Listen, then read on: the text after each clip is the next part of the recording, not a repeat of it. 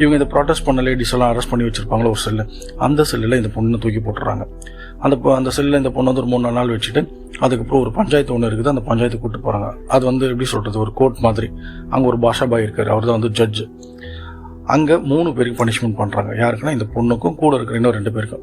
அதில் ஒருத்தர் ஃபஸ்ட்டு சீனில் இந்த ப்ரொட்டஸ்ட் வீடியோ எடுத்து பாருங்க, அது வந்து வீடியோ எடுத்தவர் ஒரு வெள்ளைக்காரரு, அவருக்கு வந்து டெத் சென்டென்ஸ் கொடுத்துறாங்க. அதே மாதிரி இன்னொருத்தரும் டெத் சென்டென்ஸ். இந்த பொண்ணை மட்டும் என்ன பண்ணுறாங்க, ரொம்ப சின்ன பொண்ணாக இருக்கா, அப்பா அம்மா கிடையாதுன்னு சொல்லிட்டு இந்த கேரட் மாஸ்டர் என்ன சொல்கிறாங்க, நீ இந்த பொண்ணை கல்யாணம் பண்ணிக்க அப்படின்னு சொல்கிறாங்க.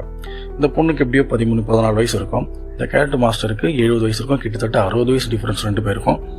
அவரோட வீட்டுக்கு போனால் அங்கே ஏற்கனவே 3 பொண்ணுங்க இருக்காங்க. எல்லாருமே இவரோட ஒய்ஃப்ஸ். ஆனால் லீகலாக மேரேஜ் பண்ணது கிடையாது.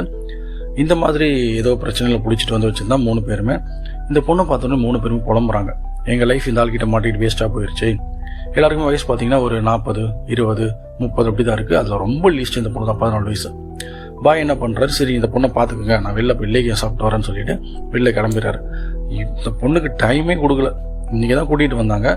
பாய் நீங்கள் நைட்டே நான் ஃபஸ்ட் நைட் கொண்டாடிடணும்னு சொல்லிட்டு இந்த பொண்ணை வந்து ரெடி பண்ண சொல்கிறாரு.